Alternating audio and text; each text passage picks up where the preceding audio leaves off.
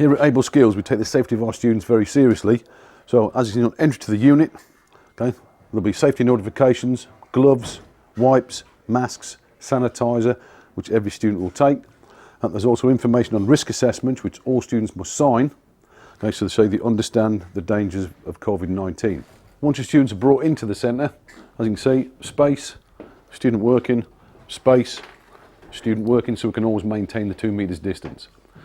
All the tools used, either this student's brought his own, or the centre tool will be wiped down after each person has used them.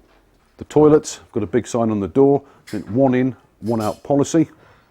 Okay, so we can always maintain the 2 metres distance at all times. During the work activity, all students must wear gloves at all times. Okay, the masks are there, so everybody will be wearing masks and gloves at all times. There is sanitizer or hand washing facilities available all the time students are within the centre.